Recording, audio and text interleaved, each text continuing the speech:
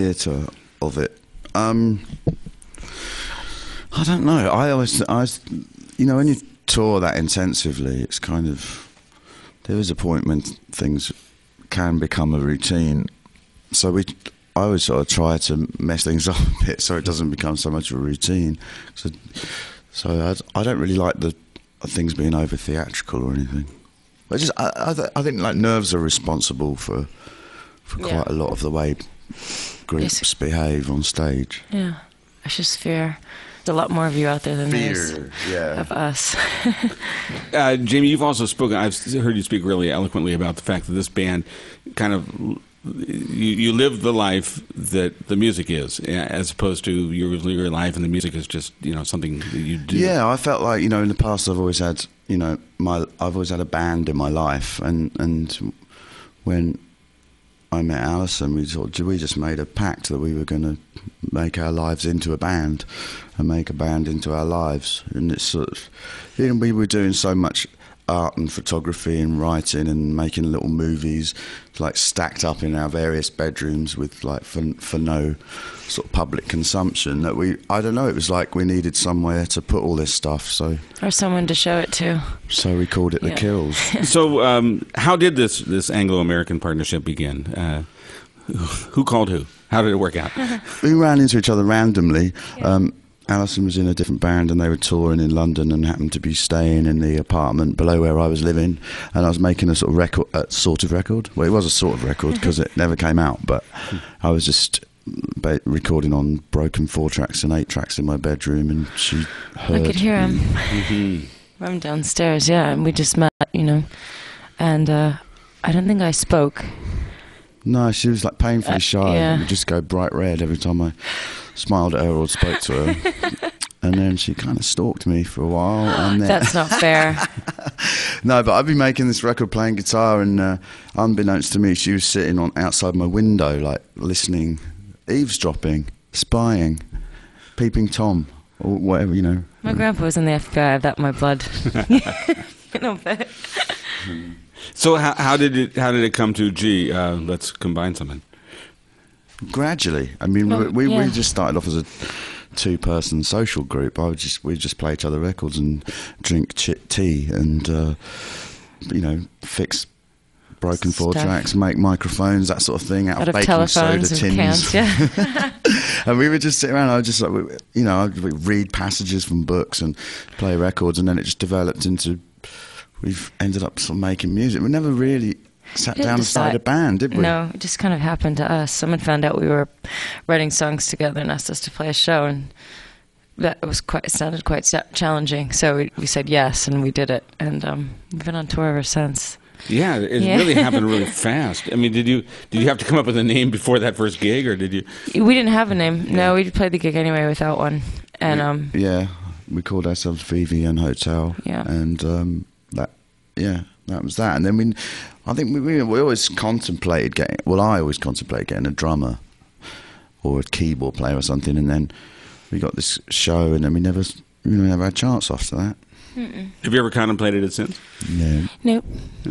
No, because I always think of it like this: like all those old blues guys, they used to talk about music and voodoo in the same breath, because it was like they got it, you know, that it wasn't about the songs, it wasn't about the notes or the chord, you know, the chords or the arrangements or anything that made a song electrifying. It was something in the attitude of the people playing it, and that's always what we've sought. Like what we've been chasing is that kind of voodoo, that, you know, that there's something like that between us when we play. So that's what's precious to us. Do you have enough time on tour to actually do other things? I mean, to go to, you know, museums or sometimes go out and. Sometimes we have a day off, yeah, and then we just cram it full of things like that. But if we're not too tired, yeah, normal days are full of sound checking. I'm terrible like that. I'm really I'm not museum guy at all. Yeah, when I always want to just go to like a diner or a bar or something. Not because I eat a lot or drink a lot, but just because I like to write there and just sort of take it all in. The Kills are our guests, and what is next? Cheap and Cheerful. Cheap and Cheerful. That was such a team effort. I liked that. Yeah, I know. Here we go.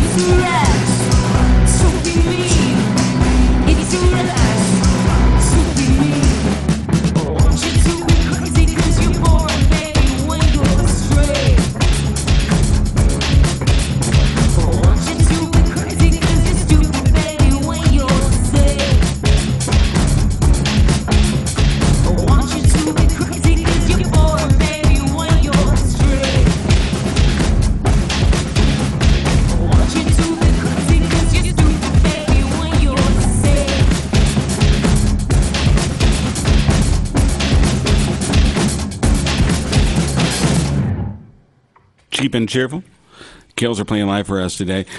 We were talking about some of the visual things that you guys get involved with. If you look at your videos, and I know that you're Velvet Underground fans, but visually, there's a whole Warholian thing that happens a lot in your. A lot of your videos look like his screen tests and things like that, which is kind of cool. But on this album, the one song that is most Velvet Undergroundy to me is the final one. Yeah. And I know it's hard to exist in this world without having something influence you in one way or another. But did you kind of see it that way when you were doing it? Yeah, we to the point where it wasn't going to go on the record because we felt like we didn't really want any of our influences. We just, we didn't listen to music in the studio. We're trying to get away from that, trying to make something sounded modern. But then we wrote this song and we couldn't not put it on. It's a great song. We just couldn't, It's I kind of back to my fascist dictatorship thing in the studio. I really wanted to ban all music from the studio, so we just got into what we were doing ourselves. Everything we heard was just what we were playing. And I really had this idea about sort of getting rid of all our influences, and I think what was left in the end was just there was no immediate influences. It was just like stuff that was in our blood, like the Velvets. So it's just like I can't shake that, and bands like ESG. It's just unshakable. That's always like there. This is as you say. Certainly, you hear Sunday morning and things like that on this song, but this is just a gorgeous afternoon after the morning after the night before. Yeah.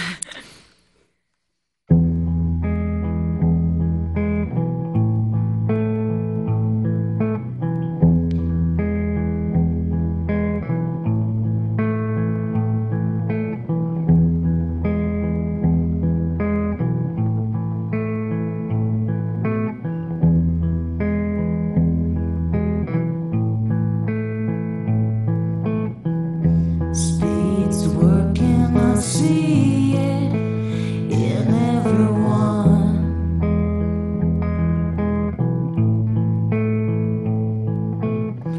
Like a lost idea under light bulb sun.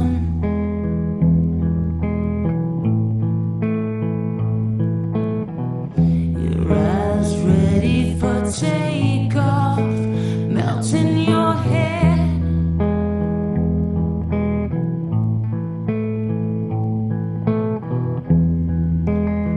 What a beautiful state we're in.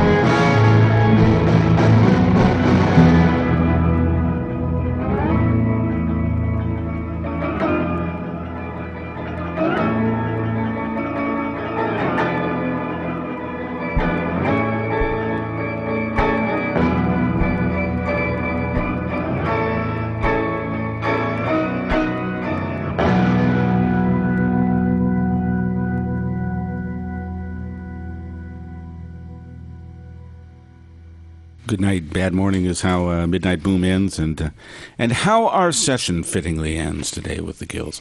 Alice and Jamie, thank you so much for being here. Oh, thank you for having Thanks us. for having us. A total treat. And we will be back in a moment here on the World Cafe.